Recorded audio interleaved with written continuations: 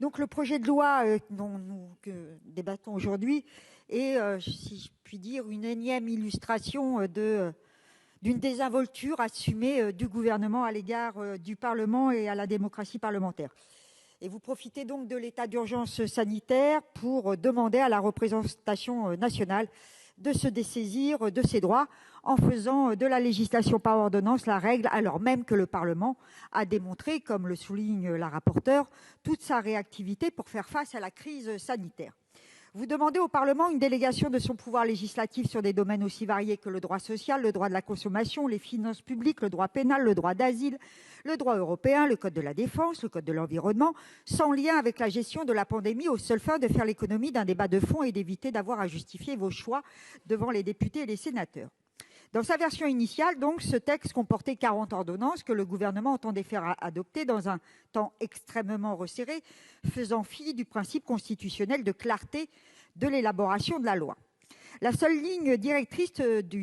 d'un texte sans cohérence est de pallier au retard pris par le gouvernement en amont de la crise sanitaire et la reprise de dispositions éparses de textes en cours de navette parlementaire. Comment pourrions-nous accepter, en cette période quand même d'incertitude et d'inquiétude, en cette période de défiance profonde de la population à l'égard de l'exécutif, le blanc-seing que vous demandez alors qu'une cinquantaine d'ordonnances plus anciennes doivent encore être ratifiées? Comment pourrions-nous accepter l'instrumentalisation de l'urgence sanitaire pour nous départir de notre pouvoir législatif pour un temps anormalement long, les délais des habilitations prévus initialement variant entre 6 et 15 mois à compter de la publication de la loi? Nous saluons en cela le travail de la commission des lois qui a réduit le champ et la durée de nombreuses ordonnances et qui rappelle que le gouvernement devra présenter les projets de loi de ratification de ces dernières dans un délai de 2 mois.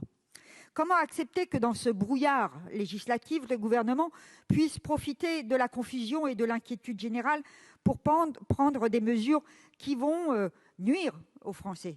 Car ne nous y trompons pas, si certaines mesures sont directement liées à l'épidémie de Covid-19, cela est vrai pour les règles applicables au chômage partiel, la fin anticipée des saisons sportives, la prolongation du versement de l'allocation pour les demandeurs d'asile et des contrats aidés. D'autres, en revanche, et non des moindres, sont des attaques en règle contre le droit du travail, contre le pouvoir judiciaire ou encore en faveur d'intérêts particuliers, voire purement électoraux. Pour illustrer mon propos, quelle urgence y a-t-il à favoriser l'ouverture de la saison de la chasse alors que nos concitoyens sont encore limités dans leur liberté d'aller et venir et doivent se soumettre aux gestes barrières afin d'éviter une seconde vague? Que dire de la possibilité laissée aux employeurs de multiplier les contrats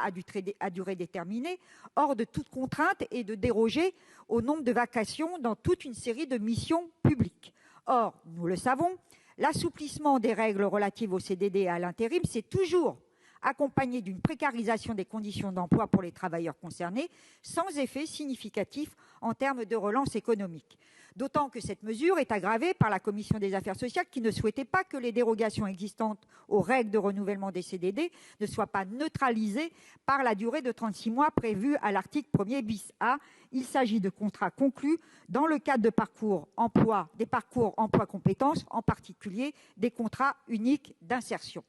Quelle urgence y avait-il à inscrire dans ce texte une mesure du projet de loi ASAP permettant aux entreprises de moins de 11 salariés de mettre en place un dispositif d'intéressement par décision unilatérale de l'employeur et de prévoir sa reconduction tacite, alors que dans le même temps, nous savons que beaucoup de familles risquent de voir leurs revenus diminuer à partir de juin si les enfants ne retournent pas à l'école. Que dire encore de l'allongement de la durée de séjour des travailleurs étrangers afin de disposer d'une main-d'œuvre peu contraignante et corvéable à merci? Si la mesure est de bon sens, rien n'est prévu sur leurs conditions de travail et de rémunération. Or, il semble que les contraintes sanitaires renforceront les conditions de travail inacceptables de ces travailleurs pourtant essentiels. Et dans le même temps, rien ou peu n'est prévu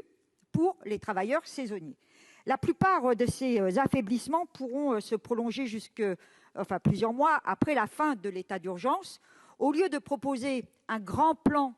de relance avec des droits sociaux nouveaux et des filets de sécurité pour tous, ce texte ne fait qu'étendre la précarité et la casse des conquis sociaux.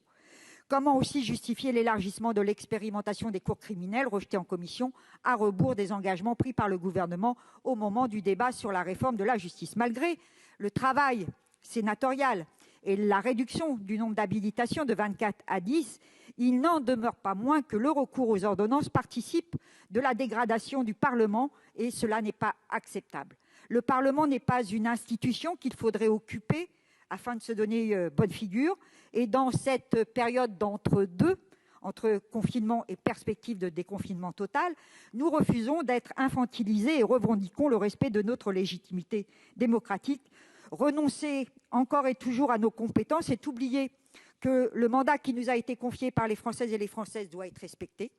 C'est oublier que si, à l'instar de la vie économique, sociale et culturelle, la démocratie a été percutée de plein fouet par la crise que le pays traverse, elle doit rester debout, ne pas être malmenée, bafouée, bâillonnée, sous peine de faire violence aux valeurs de liberté, d'égalité, de fraternité, auxquelles nous sommes très majoritairement ici attachés. L'urgence ne justifie pas la précipitation.